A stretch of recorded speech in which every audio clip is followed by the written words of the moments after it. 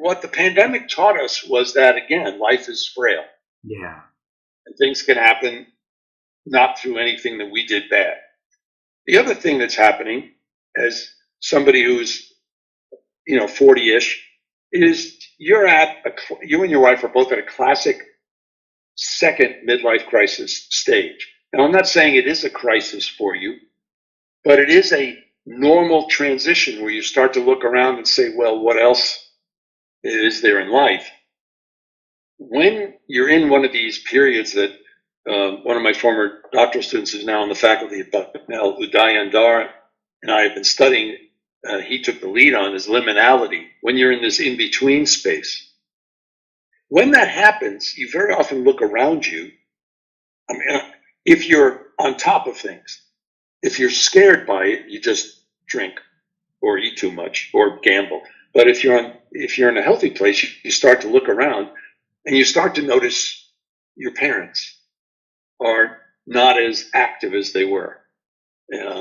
At 40, you may or may not still have your grandparents alive. I do.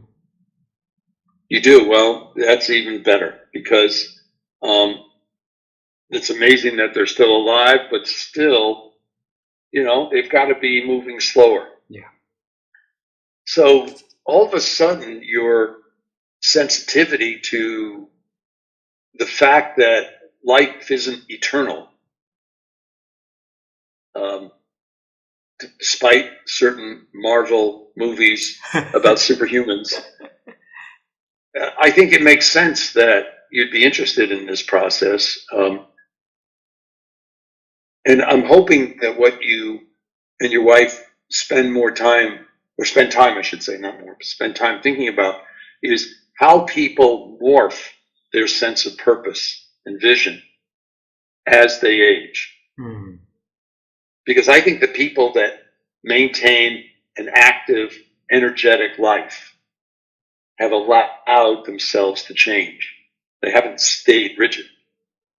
So how could you do that for yourself? Well, first, you have to be at a place where you're willing to reflect. And not everybody is reflective naturally. Second, so be at a place, at a stage in your life. So it's better if you hit it at one of these 7 to 10 year cycles that I call the midlife crisis transition times. It often happens, around the 0 years, 30, 40, 50, 60, 70, 80, 90. But it also happens when something external hits. Now, it could be negative, like a pandemic, or, a close friend dies of a heart attack, or it could be something positive, like the birth of your first child or your second child. Using those moments to say, okay, let me think about what life means is a very, very strong positive. The second ingredient, going back to vision and relationships, is it really is healthy to talk to others. Yeah. Who are going through something similar. So it doesn't mean you always have to talk to a coach or a mentor. It could be talking to some peers who are having the same experiences.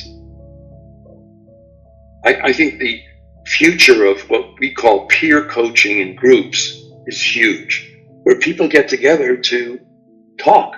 Yeah. So those two ingredients seem to help the neurological and hormonal systems that allow the human mind and spirit to be open to a new idea.